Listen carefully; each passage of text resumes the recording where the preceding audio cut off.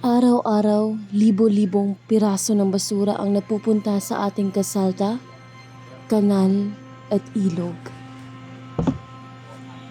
Ang maliit na kalat nagdudulot ng malaking problema. Maliit man ang bawat piraso, malaki ang epekto. Bumabaha dahil sa simpleng wrappers at plastic. Kapag bumara ang kanal, tayo rin ang nahihirapan. Pero may magagawa pa tayo. Hindi pa uli ang lahat.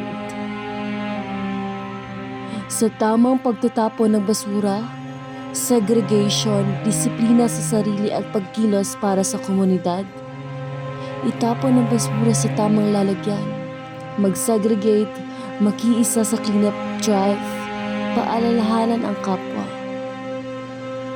Maliit na aksyon, malaking pagbabago. Simulan natin ito sa ating mga sarili.